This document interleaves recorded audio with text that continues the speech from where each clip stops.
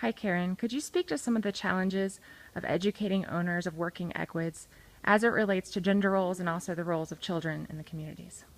Yes, sure. It is quite complex and every situation is different, but we're often dealing with communities where the genders have very defined roles, both in the family, but also in terms of their management of the horses and donkeys that they look after. So women will have specific roles, such as cleaning the stables, providing the food, mixing the food, sometimes collecting the food, where the men might have more roles outside the house with the horse or donkey working, and perhaps with cleaning or tacking up the animal. So we tend to work through those particular groups by using individuals from the same gender quite often, because in many cultures where we work it's difficult, for example, for men to go and talk to groups of women or vice versa. So, for example,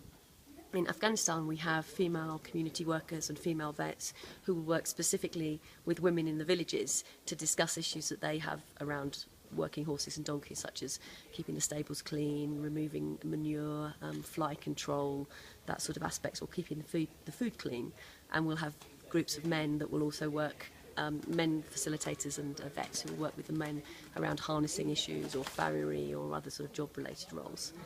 Similarly, in Egypt, we work with a group of women called rural guides, and these are employed by the Ministry of Health to go into houses to talk to women about health issues, human health issues, family planning,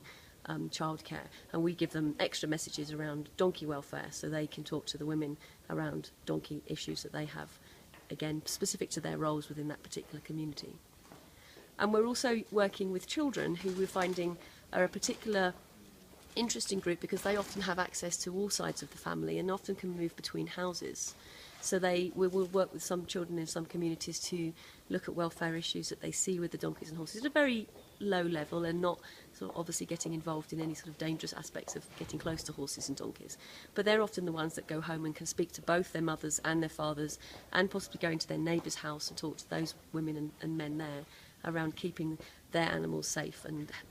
free from other sort of infectious diseases and harness wound issues and areas around that. Thank you.